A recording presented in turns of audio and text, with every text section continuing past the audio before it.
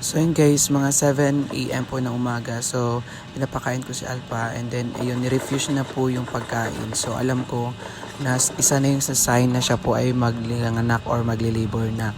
So ayun nga guys, nanganak na si Alpha for today's video. And ayan, yun yung panganak niya.